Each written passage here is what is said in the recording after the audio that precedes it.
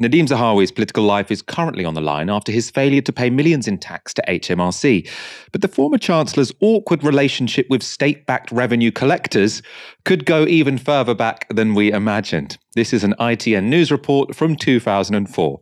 It'll be 6 months before the injuries to Nadhim Zahawi's leg are completely healed.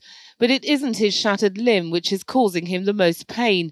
He's seizing because as he was lifted into the ambulance after a road accident, a Lambeth traffic warden stuck a penalty notice on the wreckage of his scooter.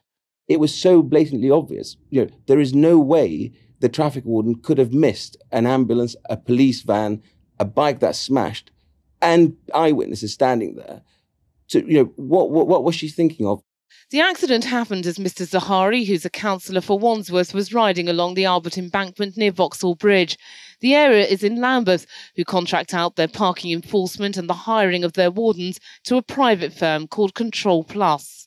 There's a police van, there's an ambulance, there's a smashed scooter, which is resting against a lamppost. It is impossible for her not to make the connection.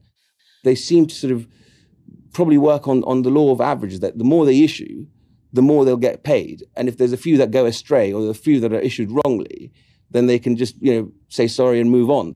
There's a couple of things to say there. I mean, first of all, fair enough. I would also be pissed off if I'd just been in a road accident and then I got a ticket when I'd clearly just fallen off a vehicle, right? Fair enough.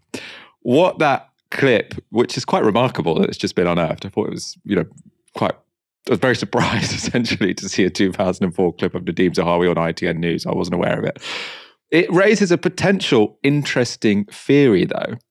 Nadhim Zahawi, right now, he has failed to pay tax to HMRC, clearly has an awkward relationship with them. Potentially, he's quite angry about the fact that the state is constantly trying to collect money from people.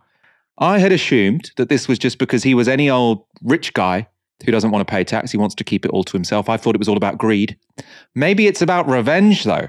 Maybe he's so annoyed at the concept that the state can demand money from you because when he was in a car accident in 2004 in Wandsworth or Lambeth, I can't remember which one, he got a parking ticket when he had just fallen off a bike, and then he said, I am never going to pay full tax again. Screw it. Screw me being forced to pay the state money. This is not for me.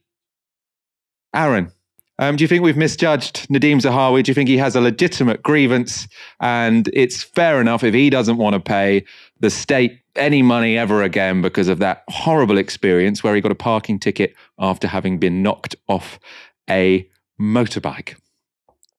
The Nadhim Zahawi villain origin story, Michael. There's some credibility to it, I feel. Look, there's a few points to make here. First of all, in 2004, the parking enforcement officers responsible were, what's the word? Outsourced. This is an argument against outsourcing because you don't really have the best kinds of standards and practice when you have outsourcing in public services. We know this, whether it's probation, whether it's the NHS, whether it's universities. It's people who just want to basically get on with their job and, like he sort of insinuated there, make as much money as possible and sod the rest. And there's very little oversight with regards to actually, are you doing the job effectively? Clearly, an effective traffic warden should not be giving somebody a ticket when they're being taken away in an ambulance.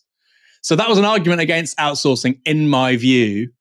Of course, it's probably lost on Nadhim Zahawi in 2023, let alone in 2004. But it does raise an important point, Michael. I think this is something which has been not really focused upon enough, which is that Nadhim Zahawi is an extraordinarily wealthy man, extraordinarily wealthy.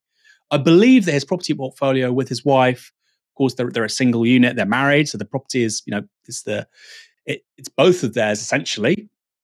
Maybe they've got a deed of trust about who gets who, but as we understand it, it's their joint assets. You're looking at a property portfolio around about £50 million, almost all in London, I think. That's an extraordinary amount of money, Michael. So for him not to be paying his taxes, and also, Michael, for him to be driving a scooter or a bike, very, very strange, very puzzling to me. I mentioned this last week, but also Nadhim Zahawi was, I believe, chairman of Le Cercle, a CIA-funded think tank, very secretive Atlantis CIA-funded think tank. He was the chairperson of that, I believe, from 2014 to 2017. He succeeded Rory Stewart in that role. Very, very murky think tank, which some claim has influence on UK and European foreign policy decision making. I couldn't possibly comment. But it is strange that somebody with that much money, with that much influence, who's that much on the make, in 2004 found themselves not only hit by a car while on a bike or a scooter, I believe, but also whining about it to broadcast news. It can happen to the best of us, Michael.